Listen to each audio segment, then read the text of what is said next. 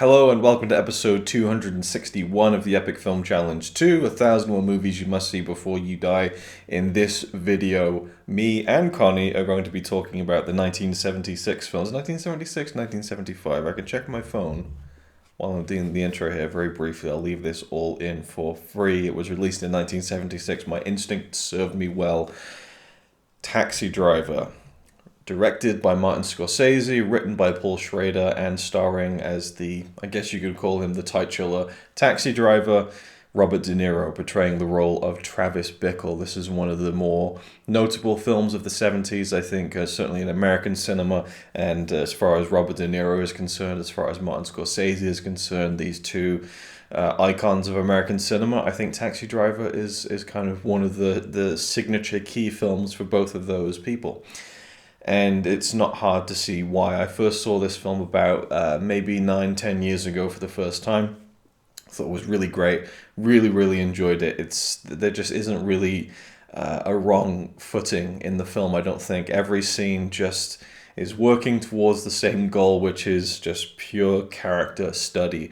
Travis Bickle, he is a taxi driver who drives through the nights of New York City and judges the city, and sits in his taxi cab and drives all kinds of what he would call scum of the city around in the back of his taxi. He's a Vietnam vet. He's going through a lot of personal struggles that are very inward, and the movie is about him kind of trying to become normal. He tries to romance a woman played by Cybil, Shephard, and that doesn't go very well. And then he comes across Jodie Foster's character, a very young Jodie Foster playing a teenage prostitute, and he tries to help her. He tries to make her, Iris, I think her name was, he tries to make it his mission to save her from this life of prostitution. And and also there's in the background you have him seeming to be planning to assassinate a senator. Is it a senator? He's running for president. I believe he's a senator, Palantine. So this is political figure who's running for, I believe it's president. Maybe he's running for senator. I forget the exact details. But, there's a political figure, and Travis, throughout the film, is training himself to assassinate this figure. So there's a lot going on, but it's pure character study. It's all about this guy who is just slowly losing his grip on reality. Scorsese said that around the time of making this, he wanted to make a film that, he saw films as a kind of a dream-like state, or like a drug-induced kind of state where, and he called Travis Bickle's character like an angel kind of going through, an avenging angel going through the streets of New York City and kind of cleaning things up. The way that he perceives cleaning things up, Travis views the streets as dirty, that they need to be cleansed. He hopes for a rain that will wash all the scum away. He is portrayed as racist. And the original script actually dove deeper into that, actually, because there is a shootout at the end of the film, and the people who Travis does eventually kill in the original script were all supposed to be black men, and that was kind of quickly changed when they realized this was gonna be a real problem when the film was released. If it was, it just was too much. But it is definitely a part of the DNA of the film that Travis is a racist, but also the things that he does, and he's trying to... It's strange because he is a villain in a lot of ways, but in other ways he's portrayed in a more sympathetic light. He really wants to help Iris. He sees that this girl has a life that shouldn't be any young girl's life, and he wants to save her from that. She insists that she's fine. She doesn't want to go back to her parents, but he sees the corruption of the people that she's involved with, and it goes to the streets, the corruption of the streets, but also the potential corruption of the political system. But that isn't really digged into too much, because the Palantine character gets picked up by Travis at one point in the movie, and he's in the back, and Travis is like, I really agree with everything that I'm paraphrasing it. He's like, I think you're great and everything, and he's acting all pally with Palantine, and yet still continues his plan to assassinate him. Now, I've seen Taxi Driver maybe 3 or 4 times, and I know that people like Ryan Chataway, a good friend of mine, this is one of his all-time favorite movies, and he probably has a lot more insight into the motivations of Travis in that scene. I'm not quite sure what to make of it. I'm still not sure whether he's just kind of having fun toying with Palantine, as if like, hey, I'm your pal, in the back of his head thinking I'm gonna kill you at one point. Or whether, his mind is that, out of slip with everything else that he on a dime is turning and going, actually, no, I don't agree with that guy. I'm going to kill him. But that's kind of the beauty of the movie, is that you really have to, there's things to peel back, but there's no real answers at the same time. The ending is a big one. Now, I should say at the beginning, I mentioned that Connie would be in this video. So basically, the backstory to this, and I hope I don't repeat myself in the next segment because I filmed that I think a month ago, but this has been an interesting movie to get down on camera for the Epic Film Challenge 2. We initially watched this film together in 2014, so that was 6 years ago. And we watched it for the book to review it, and we just never got around to it. And the more that the years slipped away, the more that it just felt like it was we'd have to rewatch it again. And Connie was saying, well, it's been, we only watched it a couple of years ago. And I'm like, no, it was actually about 5 years ago, but still, she didn't really want to. And then Joker came out, and the kind of the comparisons, the inspiration. I said, why don't we watch it again? So we watched it again, and then we waited about a week before we filmed the video on it, and Connie had already forgotten a lot of the film. So it was interesting to me because this film is so unforgettable. I mean, there's so many scenes that I can vividly picture in my head. It's a film I've only seen a couple of times, and Connie, for some reason, just couldn't retain a lot of the information or story or plot, even a week after seeing it. She wasn't even sure if she'd seen the film before, and she, I guess she talks about that in the next segment. But I thought it would be more interesting just to get the thoughts that she does have in a separate segment, so I could do this kind of introduction, kind of talking a bit more about the film, because I feel like I'm a bit more well versed in the film than she is. Just to kind of save time of her being sat next to me for 10 minutes, just kind of not having anything to say or do. So there is a separate segment with Connie, but a few other things that I can say, and I do mention in the next segment that I recently made a video for Taxi Driver for JoeBlow.com. So I did a movie endings explained video. So you can go check that out if you want further discussion from this film, from me as a kind of a companion piece to this video, but it is focusing on the ending and the mystery surrounding it, because you can view the ending in a couple of different ways. And, I don't love the whole movie endings explained thing, even though I'm paid to make a video series based on that kind of concept. But I love the idea of movie endings explored. Here are some options of what could be what's happening here. I never like to really say this is the true ending, this is what you should really think, because the film can be such an interpretative. Is it interpretative or interpretive? Either way, it's an interpretive medium. There's many ways to interpret it, depending on how ambiguous the filmmaker presents the story, of course. In some cases, there's no ambiguity or interpreting anything from it. But, a film like Taxi Driver, you look at that ending and you think, wow, was that real? Was that not? And if not, where's the middle ground? And so I talk about that a lot in the Joe Blow video, which is a produced video essay, I think about 10 minutes long. So you can go check that out.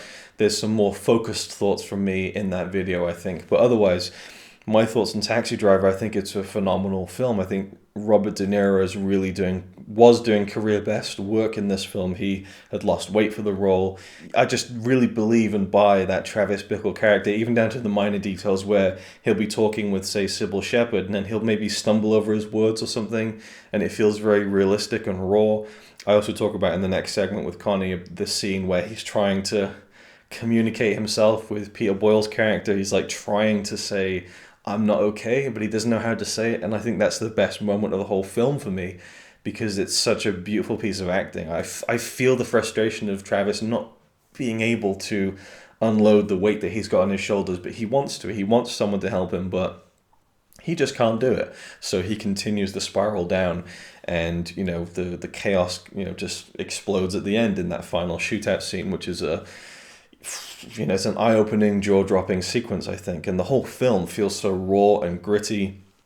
Apparently, the summer of 1975 in which they shot this film, there was a heat wave in New York City. There was a sanitation strike going on. I mean, it just, not in every scene, maybe not in the daytime sequences, but when the beautiful photography at night, especially just the roaming shots as he's driving through the streets at night in the taxi cab, and you're seeing the people on the streets. Sometimes there's slow motion, the way the camera can be mounted on the back of the taxi, and you're just seeing certain parts and kind of the rain, and there's a real gritty, raw feeling to it. And I'm using those words a lot, but You know, you almost feel like you can kind of touch the texture of the film because it's so grainy and, you know, it just feels seedy, which is kind of the world in which Travis inhabits. You know, even down to his apartment, it's really like, I don't know, there's something just, it doesn't feel like a comfortable living space. And there's so many little details, the way that his hair changes throughout the film. I never really noticed that before, where at the beginning it's kind of a normal hairstyle, and then about halfway through the film it's kind of trimmed down a little bit. Don't know if that was intentional, just a continuity thing. It gets trimmed down just a little bit. And then of course we have the mohawk look, and then by the end of the film we cycle back to the original hairstyle. And so there's almost like a book ending. And I think Paul Schrader said that he almost feels like, it might have been Paul Schrader who wrote the script, or maybe Martin Scorsese, but you know, one of the creators of this story in this film have said that you could almost splice the ending of Taxi Driver to the beginning, and we start the loop all over again.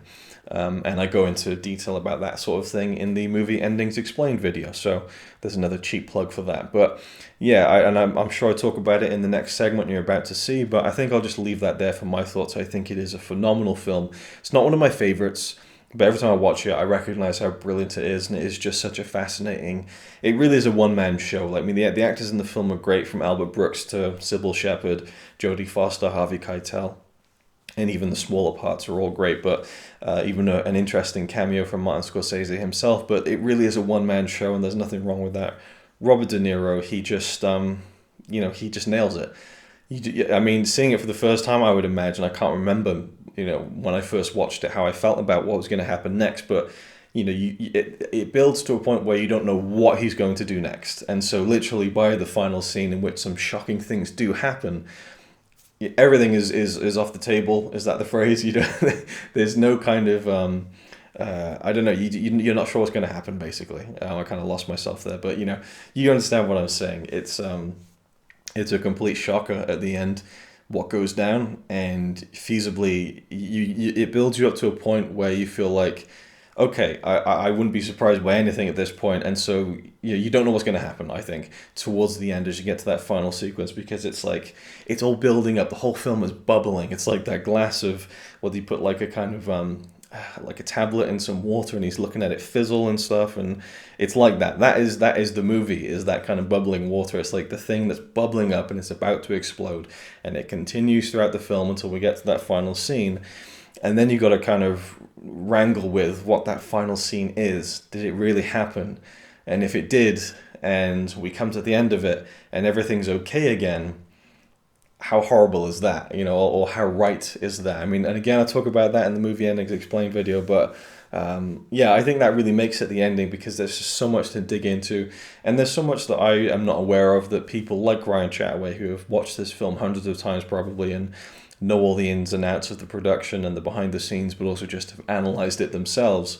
There's a lot to glean from this film, and I love it. Again, it's not a favorite of mine, one I'll go to again and again, but it is one of those films that every 5 years or so I'll put on, I'll be like, man, I forgot how great this film was, from the score to the cinematography, and again, mainly the central performance. Now, that's my very extended thoughts. This is going to be a very long video, I apologize, and I'm sure many of the things I've said are going to kind of be reiterated by myself in the past tense from when I filmed the bit with Connie, but it is what it is. I thought that Connie's thoughts would be very short, but we kind of got into it as she kind of her memory was being jogged, and so hopefully there's not too much crossover for you guys, but I did want to kind of just do this section to kind of really dig into it a little bit more than I do in the next segment. So we're going to pass over to that now. Hope you enjoy, and leave your thoughts on Taxi Driver down below. I'd love to hear them. I feel like I'm wrapping up the video, even though we're probably only about halfway through. So here we go, back to the past, over to me and Connie. I've got no real nice, smooth way of doing this. Here we go. Okay, so I'm here with Connie to talk briefly, I'm assuming, about Taxi Driver. You've seen it twice now. First time I think was 2014, and then last month was the time that we revisited it. And Joker was kind of fresh in our minds, and you really loved that film, and there's all the comparisons to Joker with Taxi Driver, and there's certainly the influence there from what Todd Phillips did with Joker. But we're not going to talk about Joker, just Taxi Driver as a film. Now, we watched it to review it, and I don't know why we didn't do it, which I might have already said. And we watched it again, and it's now been about a month or so, and you're still not that We should have just done it straight after because to me, apparently, it's not a very memorable movie. Yeah, but I find that interesting that you're not really... The first time, apparently, I loved it. No, you didn't love it. You were surprised, I think, and you enjoyed it more than you thought you would. I think that was what I remember. Again, it's so long ago, but I'm pretty sure that you were surprised by how much you liked it. So being told this, that I enjoyed it so much the first time, I was thinking, oh, this must be great. He's comparing it to the Joker. And that was... Around that time when we watched it, Joker was, to me, it was like a monkey going up to space. Nothing can get that high again. Which is a Carl Pilkington joke. It was basically nothing can live up to Joker. Or in that period. So I had that so fresh in me that every time I watched a movie, even though I didn't want to, I compared it to it. So no movie could really live up to it. So when he said, oh yeah, Joker this, I seemed to enjoy it, I was thinking, yeah, okay, yeah, let's watch this movie. I mean, I love Robert De Niro. It seems like an interesting thing. And it was good, but because I was up here with my expectations, the expectations met me down here-ish instead. Okay, so... Not that it was bad. It's a really, really good movie. I just expected more. And I'm not sure exactly what I expected either. So I just led in saying we're not going to talk about the Joker, and you just did a whole segment about how it's not going to live up to Joker for you. But I'm not talking about the Joker. I'm talking about the comparison. And it very much coloured your expectations, it seems. Yes, it did. But not only that, but my past reaction to it as well. So I expected myself to enjoy it even more the second time around, because that's usually how movies are like with me as well. And again, it's not that I didn't enjoy it, but I was a little bit bored, which I'm scared to say because I think this is the holy grail of movies for some people. It's up there. It's not Godfather level, but it's certainly one of the big ones people talk about. At least with the 70s, it's like one of the big ones. Yeah, and when people like it, they don't just love it. They love it. They love it. And with Robert De Niro and everything, the whole plot of the movie, great. I like how you follow this guy and you see that something off about him as well. You know, Robert De Niro is always going to be great. He can't do a part badly, no matter, even if he tries. I don't think that he could do a bad job at any movie. The atmosphere of the movie is great, the setting and everything like that, the way it builds up, that's good. But every time I have finished watching it, and well, both times, apparently I start to forget what it's about. So I just watched the trailer. Yeah, exactly. And I'm like, usually when I watch a trailer, I'm like, oh, right, okay. Yeah. But I had to watch the whole thing, which was pretty much the whole movie, except for the very, very, very ending. Yeah, the trailer gave away a lot of stuff. So... But I had to watch it because I'd forgotten about the girl. And the girl was great as far as I can remember. I'd forgotten about the girl from that... Jodie Foster. Yeah, I'd forgotten about her. And part of me has forgotten some of her story as well, actually. And how he's buying all those guns and everything, and that he's looking to do... I think that's what put me off, because I didn't understand why he went to do what he was going to do. Right, so he wanted to assassinate the senator. Which I didn't understand why he wanted to do. So that's one of the things that put me off it, because I was sitting thinking like... What's his motivation? Yes. What's his motivation for this? He was talking to the guy and now he wants to assassinate him. Well, I think the interesting thing to me, or the captivating thing, is that I don't know why he wants to do it. It's like why is he doing this? Like, no, I wanted to know why. He seemed to be wanted to be best friends with him. He was talking to him in the taxi. Oh, so you remember that? Yeah. He seemed to be obsessed with him in a good way, but all of a sudden, he just buys the guns and he seems to be so provoked by this guy by doing these.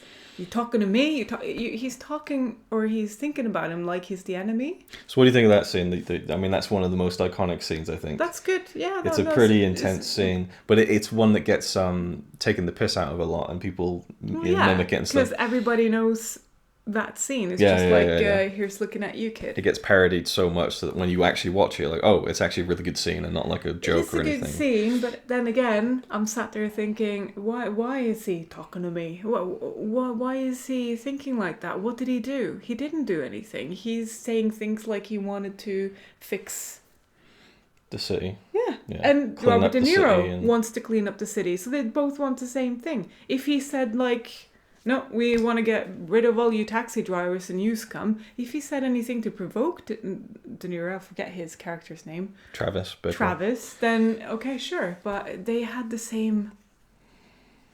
I didn't get it. Yeah, I can't... And you don't get it either because No. you can't explain it to me. No, I can't. I've only seen the film... Which to me loses a lot of value for the movie. And that's probably why I was a little bit disappointed. I can guarantee you Ryan Chatway would have an explanation for this. It's one of his favourite movies, but I've only seen the film 3 times, and I don't quite know what that scene is about when he's pallying up to the senator, when he then later on plans to kill him. I think it's just maybe a case of Travis being this like ticking time bomb where like he's just going to go off. And it's just a target, and it's just a statement. I don't know. But, you know, I don't get bogged down in that too much because it's just about the kind of the slowly disintegrating alienation of this character. Okay, so my favourite scene of the film, I want to see if you remember this one, is when it's about halfway through the film, the girl's rejected him, I think, and he's really getting, like, taught. He's getting wound up, and you can tell that, like, something's going to snap. And he goes to one of his co-workers outside the diner and he says, look, can I talk to you? Yeah. And he reaches out to him and he's like, but he doesn't know what to say. Yeah. He's making an effort, but he doesn't know what to say. He's like, and he's stumbling over his words. He's saying... Isn't the other guy talking more or something? So he doesn't really get like... Yeah, he kind of steamrolls over him and says, oh, well, you know, and he gives him really bad advice and kind of, you know... But he's reaching out and he's like, I don't know, I got these bad thoughts in my head. I don't know. And the acting, I think, is incredible in that scene. Because it feels real, it feels raw, but he doesn't get any help. Acting is always great. But he doesn't get any help from this guy. So I love that there's that moment where you see he wants to get out of this, but he doesn't get the help that he needs, and then he just continues to spiral, and then he sees... So is that maybe the concept of the movie then? We're not supposed to understand why he does this because he doesn't know himself? Maybe, I don't know. Is it because that there are just some people out there that do certain things like that for no good reason at all? Well, he's certainly got issues. And he is aware that he is... What was it? The scum of the... No, not the scum, but the cleaning up. He needs to be cleaned up, basically. He's talking about himself as well? Or? I don't know. No, I don't think he is. I think he actually views him... I think he has quite a superiority complex. I think he views himself as above people. I mean, there's the element where he's racist, you know, and he looks down on black people...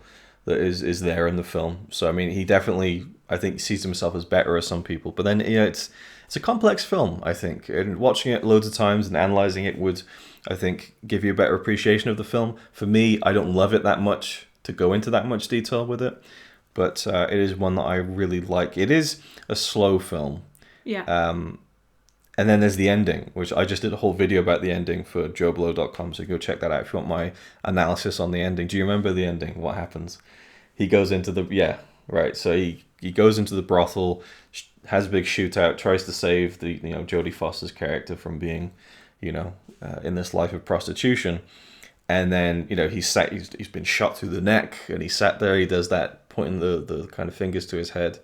And then we move out of the building, bloodshed everywhere. And then suddenly he's fine again, and he's a hero. And there's all the clippings on the wall. Taxi driver hero kind of saves a young girl from prostitution. Bizarre shootout. And now he's back to normal again. He's with the guys at the taxi cab place. And then he picks up the girl who rejected him earlier. And she's maybe, not so disgusted by him anymore. And then he drives off like a kind of good guy. And it's kind of like, is it real? Can't be. Of course it's not real. Yeah, because he died, didn't he? If that's what you think, I mean. Well, he shot a snake and then he's fine. He could have survived. It's possible, but it's. I feel like this movie because I had forgotten about that, but when you were describing it, yeah, I thought you might have forgotten remember the I ending. was just sat there thinking, like, did I fall asleep, or what's missing here? And when you're describing it, and I'm thinking, okay, so he must have died or something. I feel like this movie is maybe made by someone who was on acid. And then it was like, okay, so this is just a taxi driver. And then he's talking to the senator. He's like, "Oh, make the city better." No, he's going to kill the senator. And then he goes and shoots loads of people, and all of a sudden he's a hero. Well, I find it interesting because the one thing I thought, and I mentioned in that ending and that analysis video, is that he has the shootout, he kills the guys who could be seen as bad guys, so maybe he wouldn't go to jail for it or anything and be seen as somewhat of a hero for kind of, being a bit of a vigilante. But earlier on in that day, he went to the Palatine rally with his very distinctive look, army military jacket, mohawk, and they saw him reaching into his jacket and they kind of grabbed Palatine and he ran off. And then later on that same day, a guy in a military jacket with a mohawk kills a bunch of people. You'd think they put two and two together and think this guy's fucked up. But no, he goes free and everything's fine again. So there's that element of, is this really reality?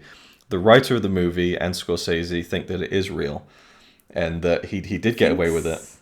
Oh, well, that's how they view it. But the writer agrees that, film should be up for interpretation if you want to look at it that way. It's very Inception-y. It is, but then you think, like, is it good that, he got it out of his system, or is he just going to snap again? And Scorsese said that the moment at the very end of the film where he looks at his rearview mirror and he catches his own reflection, he kind of looks at it, that's kind of like a little hint that it's all gonna go again, basically. So he's just like, he's sat on that course again. I remember something about reflection. And halfway through the credits, you see his eyes in the reflection for like a split second. We went back and were around it. I remember that. Yeah, we did. So that's kind of a hint that it seems like he's okay, but he's still kind of looking back at himself, and he's gonna kind of, again, like a time bomb ticking. No one like that is ever gonna be okay anyway. So yeah, but it's one of those things where it's like, so he's seen as a hero for killing these people, but it's it's kind of it's very complex, and it's not a black and white story in that sense, I think. So anyway, so do you think it's a film you should see before you die? That's the kind of question. Yes. Yes. No, yes, because it's already a classic. Already, well, it's always been a classic, like 40 years. Yeah. And I think everybody should watch the movie where "You're Talking to Me" comes from. Sure. Just for the sake of it, just like I wanted to see the movie where "Here's Looking at You, Kid" comes from, and there's so many movies where I'm like, so that's where it's from, finally, And I know that I've seen it, and it is a great movie. It just wasn't for you. Well, no, it's not just that. Some of it is really, really great. It's just that when I have to sit there and think, why is this happening, without getting that right, so it might be because of this. When I'm all the way through thinking, why? Without getting any sort of, theory out of it myself, other than when you're giving me your theory and I'm thinking, well, maybe it's just this, just to have a theory, then it's not complete for me, which is, it's just too big of a black hole in it, basically. Not saying that it's a great movie. It's great acting, everything like that. Brilliant. Nothing against it whatsoever. Just not completely my cup of tea, just because I'm sat there wondering too much. I love mind Fs, and you know that. Mm-hmm. You love it when I'm thinking, what's going on? Oh my God, stuff like that. But in this one, instead of thinking like that, I'm thinking, what? What? Yeah, it's not that kind of film. I think the kind of mindfuck element of this is more underneath the surface. It's not kind of in your face when you think about it. I prefer to have it in my face instead of having to go online to analyze it and look at what the director or the writer thought. I want to get my own theory right away instead of just thinking blankly, feeling like I'm looking at some kind of algorithm. And I'm like, I don't know how to solve this. But I also don't think that the whole movie is about the ending and whether it's a dream or not. I think that the preceding hour and 50 minutes is just a great character study. Of course, yeah, it's a great story for the character, but I just got lost.